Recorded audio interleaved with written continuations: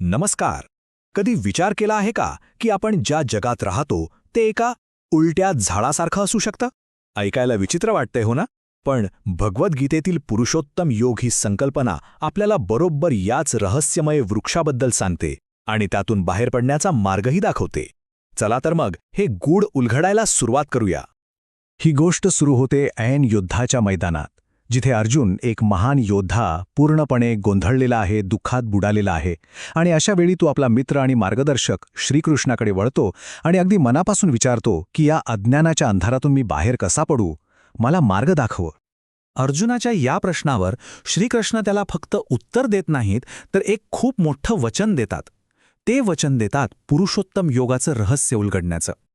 म्हणजे असं ज्ञान जे आपल्याला फक्त या जगाचं खरं स्वरूप नाही सांगणार, तर त्यातून कायमचं मुक्त कसं व्हायचं याचा अंतिम मार्गही दाखवणार आहे.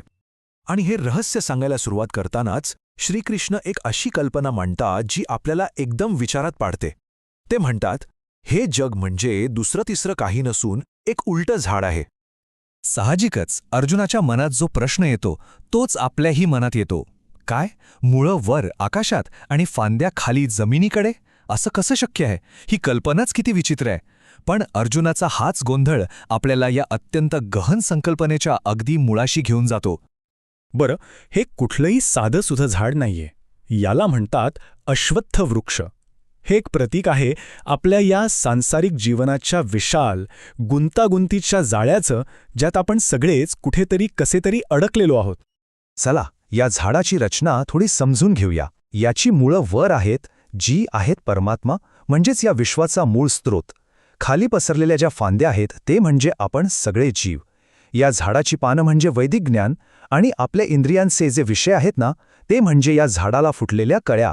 आणि सगळ्यात महत्त्वाचं, आपली कर्म आणि आपली आसक्ती या झाडाला खाली अजून घट्ट पकडून ठेवतात, त्याला सतत वाढवत राहतात. तर मग आता अडचण काय आहे हे आपल्या लक्षात आलंय.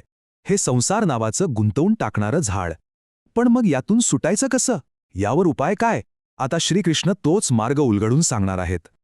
श्रीकृष्णाचा उपदेश एकदम स्पष्ट आणि थेट आहे. ते म्हणतात, जर मुक्ती हवी असेल तर या आसक्तीच्या खोलवर रुजलेल्या वृक्षाला तोडूनच टाकावं लागेल, त्याला कापून काढावं लागेल. आणि हे करण्यासाठी फक्त एकच शस्त्र आहे. बघा, या मुक्तीच्या प्रवासात दोन मुख्य टप्पे आहेत. पहिला, वैराग्य नावाचं शक्तिशाली शस्त्र वापरायचं आणि आसक्तीच्या मुळांवर घाव घालायचा. पण फक्त झाड तोडून भागणार नाही. दुसरा टप्पा आहे त्या परमधामाचा शोध घेणं. अशा अंतिम सत्याचा शोध जिथे पोचल्यावर पुन्हा या चक्रात परतायचं नाही. मग जे लोक या अंतिम अवस्थेपर्यंत पोहोचतात ते कसे असतात?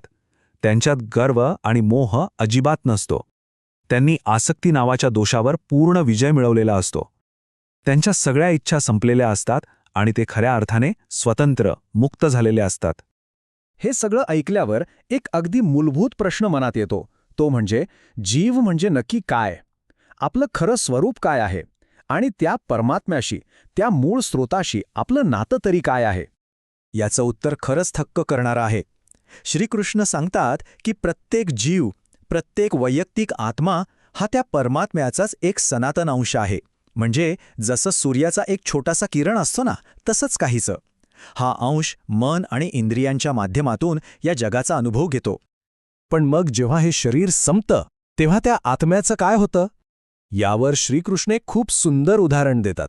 ते म्हणतात, जसा वारा एखाद्या फुलावरून वाहताना त्याचा सुगंध आपल्यासोबत घेऊन जातो, अगदी तसंच आत्मा हे शरीर सोडताना मन आणि इंद्रियांना आपल्यासोबत पुढच्या प्रवासासाठी घेऊन जातो. पण एक गोष्ट लक्षात ठेवायला हवी, आत्म्याचा हा सूक्ष्म प्रवास पाहणं इतकं सोपं नाहीये. कितीही प्रयत्न केले तरी अविचारी लोकांना हे सत्य कळू शकत नाही. यासाठी लागते ज्ञानदृष्टी, आणि ही दृष्टी फक्त त्या योगींनाच प्राप्त होते ज्यांनी आपलं मन प्रशिक्षित केलं आहे. यानंतर श्रीकृष्ण एक अजून मोठी गोष्ट सांगतात. ते म्हणतात, तो परमात्मा काही कुठेतरी दूर आकाशात किंवा स्वर्गात बसलेला नाहीये. ती एक अशी शक्ती आहे जी आपल्या आजूबाजूला आणि आपल्या आत प्रत्येक गोष्टीत भरलेली आहे. सूर्यामधला प्रकाश, चंद्रातमधली शीतलता, आपल्या शरीरात अन्न पचवणारी अग्नी. श्रीकृष्ण स्पष्ट करतात की या सगळ्या नैसर्गिक गोष्टींमागे त्यांचीच दैवी ऊर्जा काम करतेय.